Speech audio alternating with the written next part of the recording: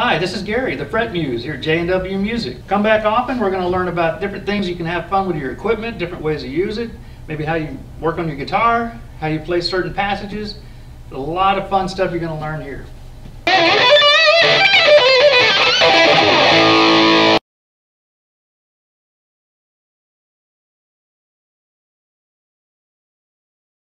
This is Bibsy, brought to you by the Division of Communication and Performing Arts. Welcome back to This is Bibsy After Dark. We are here now with Gary Blake. He is a stand-up comedian, MC, musician, guitarist, vocalist, lead harmony, and keyboards. So he does a little bit of everything.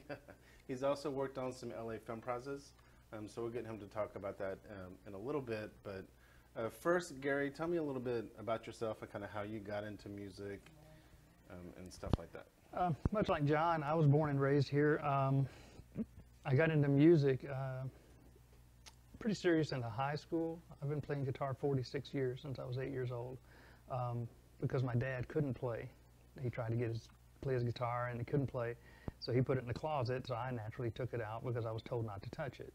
So I took it out and played it, and I've been playing ever since. I took it serious. Some people think it's a joke, but I took it serious in high school as a way to meet girls, because the other methods weren't working. So I tried, and sure enough, you get responses. So you learn to play, and it just makes you more popular. As John spoke, music is a therapy for me. So I've just been doing it off and on and everywhere, and I've traveled a lot of places around the world. I'm ex-military in the Navy, and everywhere I traveled, music is a common theme. Mm-hmm. You see it everywhere, you hear it everywhere. You can't see a TV show come on or a commercial without music in the background. Right. So I just kept gravitating toward that. And for me, it's a catharsis. It's why to this day I really don't drink or smoke. I mean, when I'm having a bad day, music is my therapy. I can either play Andre Segovia or some jazz or classical, or I can crank it up and do Van Halen, what have you, and either way, that's my therapy. So very cool. And have you played with any bands or? I played with a lot of bands over the years. Not Dallas, Florida, different places. Good bands, bad bands. Probably more bad bands than good bands. Played with some guys here local that I knew. A band called Can Do. We play a lot over at Lee's Liquid Assets. Mm-hmm. And so I really enjoy just playing a lot of blues, and classic rock is a lot of my favorites. So and we can't really get the hair metal hair band thing going again anymore, because most of us don't have any hair anymore. So we'll just stick with that. And none of the people my age can sing the vocals anymore. So we stick with classic rock. Did you ever go over and play with Jerry Beach or? I did not get a chance to play with Jerry when he was really active over there. We were living in the Dallas area for a long time, and then we were down in Florida for a while. So by the time I really got back to Shreveport to the point where I could participate in that, he was largely inactive. Mm-hmm. And then I understand, after he's passed, it's a legend. I really wish I had an opportunity. I played on that stage. Right. Have you been to? I've been. Yeah. That little pony wall up there, and it's a tight little fit. But it's a little fit. I saw him play there a couple of times, and his daughter sing, and it was just, And he had his Thursday night jam over there, right? Yeah. Well, it was Monday night jam. Was it Monday? Okay. Monday nights. Maybe that's why I missed him. But he was legendary. Yeah. Very cool. How did you get into? So how did you end up here with Johnny? Being ex-military, and my wife is retired, we get our prescriptions over there, and so just by chance going to get my prescriptions over there, and he happened to have the kiosk and what have you, and then he had the brick and mortar store, and I went in and just started talking to him, and I believe there was actually a student there, or a young lady, who was inquiring about lessons and such, and it was natural. I just started talking to her about it, and so next thing you know, John is like, well, why don't you start doing lessons over here? So we set up a room in the back, and it's kind of taken off from there. He and I have a lot of shared interest and a lot of interest in the same types of things with guitars and what have you, and I do repair because I worked in a music store for a while in Dallas, and so they sent me to Fender repair school to be a certified tech, and I'd always worked on my own stuff anyways.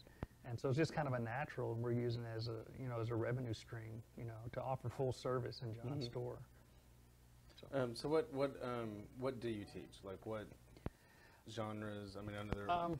Everything from, again, classic rock, blues, very popular, and country western, jazz. I have some students here in Shreveport who are really still into the old school jazz and stuff like that. So, I mean, I love all genres. I mean, I can do from Andre Segovia to classical to what have you. I really don't have too many people. Occasionally, I'll have some people that are looking to get that metal lick or whatever, that little Van Halen lick, and they can't figure it out. And so, yeah, you know, I'll do that too. So whatever they want.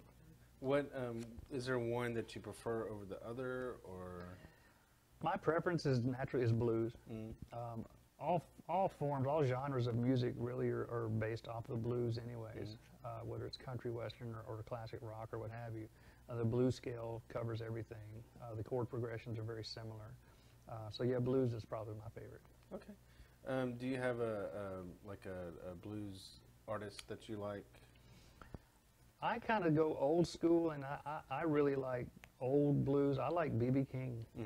I mean, it's just the talent that man had that people don't realize. I mean, they remember some of the classics that he recorded and that made him famous, but the man had a lot of talent. And if you study what he did and how he coaxed the sounds out of his guitar, is just awesome. And someday, you know, I really wish I could get to that point where I could just so effortlessly just pull stuff out of the guitar that I've never heard before, and he could just do it without thinking. Yeah. Oh yeah. I went to Bill Street, went to his restaurant, and he happened to come in that night. Oh wow. And sat down and played, and like I like, I didn't want to leave. I was like, I'm staying right here. Y'all can go down Bill Street. I'm staying right here. Did you here. get a chance to meet him? I didn't get to meet him. I was up on the balcony thing. I never got to see him live. I had a chance in Vegas one time, and he canceled. Unfortunately, I guess it was health or what have you. So I never got a chance to see him in person, and I really wish I had. Yeah, it was something I won't ever forget. It was very cool. And so every show I do with the band, we'll find a way to get The Thrill Is Gone in there, somewhere in the set, either starting or ending or something like that. So, and I'll do the vocals on it. I'm sure I don't do it justice, but you got to honor B.B. King. Yeah, indeed. So you also do the repair here. What all do you repair? What all can you repair? A lot of common repair that we have here are setup issues. People have issues with setup, intonation, or what have you, and a lot of guitars that they buy through some of the mass retailers they're just not set up correctly. Or even if they are, especially a younger crowd, they'll start tinkering with it, and they'll get to the point where they don't know how to fix it and get back to the way it was. So a lot of the repairs are simply setup issues and intonation, what have you. Occasionally I will have some damage. I do have a couple of guitars in the back now where the headstock is split open or what have you. And fortunately it's along the grain of the wood, so I can fix it. And I was hoping I didn't have to break his heart and tell him, you know, if it's against the grain, it's almost impossible. But so yeah, I can get it fixed. And then and sometimes a little restoration, you know. And I think, as I told you earlier, certain restorations, if it's a true vintage guitar and has a certain monetary value, we really don't want to add modern hardware to it to fix it. So we want to keep that and keep the value of the instrument. But other than that, tuners get broken off. If you've ever played in a band and you're not the bass player will break the tuners off your guitar at some time or another, because they start getting wild and wiggy and they turn and crack, and there goes your tuners. That's happened to me, so yeah. And I fixed that, and we just replaced tuners on a girl's acoustic guitar. Oh wow! You know, and it really improved the performance. I got to admit, even John actually replaced those tuners. Uh-oh. You know, he's taking some of the business, you know. So he's got talents he's not letting in on it. He's letting you pretty much take care of it, though. Yeah, I want to take care of that so he can run the business side of it. And again, he's passing out my card, and we're getting referrals for lessons and what have you. And it's starting to take off. I mean, word of mouth's getting around. I don't, from a lesson standpoint, I can teach theory. Some people want to know theory. For most people, it's incredibly boring. And some people, they're performing music theory and they don't know it yet. But certainly with younger beginning students, I try to shy away from the theory because I don't want them to get disinterested. Right. They want to learn how to play what they hear on the radio. Mm-hmm. So there are ways of doing that without taking too many shortcuts and keep them interested in it, especially the younger kids. You know, like if we have 10-year-old kids, you know, and if they're strong enough and they have the right hand strength, I'm going to start them out playing stuff that's fun. Mm-hmm. There are things, for lack of a better term, that I'll show them, like cheater chords or ways that they can play a little faster, and we'll work on their transitions or what have you. But mostly that's what it's all about, just keep them interested, because music's supposed to be fun. It's Mm-hmm. not supposed to be a chore, and I think anybody who's taken music or piano lessons like I did when you were younger, there was no more worse drudgery than being forced to go to piano lessons because they would start you on theory and none of it made any sense, and I just want to play. And the instructor wouldn't let you do that. So I always vowed that when I started teaching guitar and people started asking me, you know, how to do this, that, and the other, I made it fun. I showed them how to do it. And if somebody wants to learn how to do a heavy metal lick or whatever, whether it's pinch harmonics or what have you, I'll show them that. I'm not going to hold anything back. I also want to make sure they have a decent foundation, because most people, they get better when they know why or how they're getting that sound. Right. The why and how they're getting the sound is the music theory. So I try to keep the terminology light and fun. Very cool.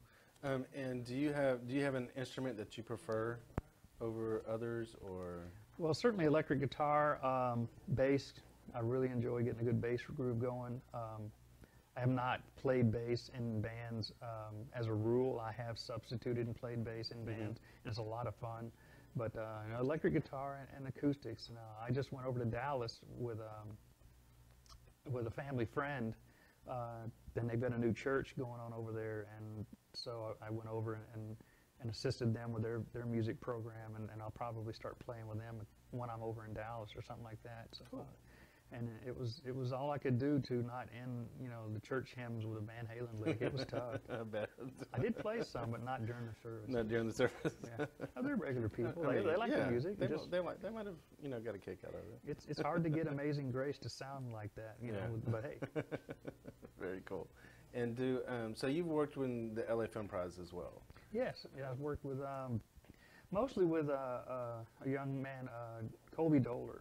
He's I think probably every year that he's been in the film prize, he's had a top 20 film. In some cases, he's finished certainly in the top 5. I believe that was the case this year. We had 2 films, and Colby's was one of them. And then we had another one, Aria for Albrights. Alexander Jeffrey had directed that one also. And so yeah, I've been involved in the film prize, and it simply started out with, because I do stand-up comedy, you know, and people's like, oh, you need to start acting or whatever. And that seemed like, okay, well, I'll start trying to do that and get involved with a Shreveport Little Theater or what have you. But when I started to audition, or wanted to audition for that, they were between seasons and what have you. So what I did was I just started looking on Craigslist, back when you could look on Craigslist and the gigs, and then they had auditions and stuff set up. And so I responded, and I auditioned for one of Colby's movies. And it was Beaumont, which made top 20, and we did very well in it. And we filmed a lot of that actually out on my property. And Colby and his girl Taylor, you know, we developed a good friendship. And he might have offered me a different role than I had auditioned for, which actually was better suited, because Colby knows movies better than I do. And so he gave me a role that was different. And then one thing leads to another. And I don't act near as much as I participate, you know, in the crew, whether it's producing or putting, say, transportation manager, or I've been set director or stuff like that. Okay. You know, just whatever, you know how it is. Whatever you do, whatever you got to do to help make it work, and everyone has 10 titles. And I really enjoy the LA Film Prize. I enjoy seeing some of the talent. I have seen some incredibly talented people come through. And one of these days, you know, you're gonna see them on a bigger screen, and it'll be kind of fun. I guess it's kind of like, the analogy I use is like when Stephen King was first getting started, or Steven Spielberg, I should say. You know, probably no one figured he had a chance either. Right. And some people could say, hey, I worked with him on his first movie. And Colby Doler and that group, they have an immense amount of talent. So I'll support them in whatever way I can. We actually have a movie coming up. December 1st, 2nd, and 3rd coming up here shortly. I got to help them with. So. Oh, very cool. Do you ever do any music for, like, do you write your own music? Or? I write a lot of my own music. I did some acting in a movie called Somewhere Between Heaven and Hell, and I played guitar in that. Okay. But as far as writing TV and film score, I have not done that at the film prize level. I have written a lot of music, but not that was incorporated into a film. Okay, very cool. I think we could probably do a whole show on you. I'm sorry. No, you're fine. Do you want to play us out a little bit? I can. Which one do we have? I know this one was. Did you turn it up? Yeah, I believe so. I hope so. Oh, I don't know. What can we do here? Let's see. Ooh. No, maybe not. Just take a second. Just take a second. We'll get it tuned.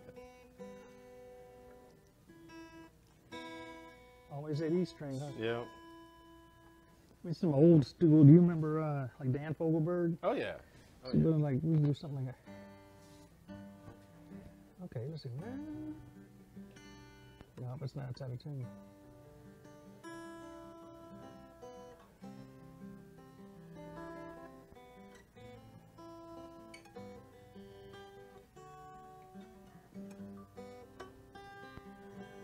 Very cool.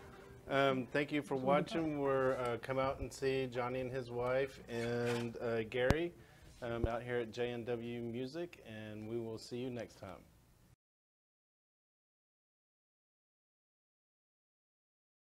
Follow me on Facebook at Brett Muse.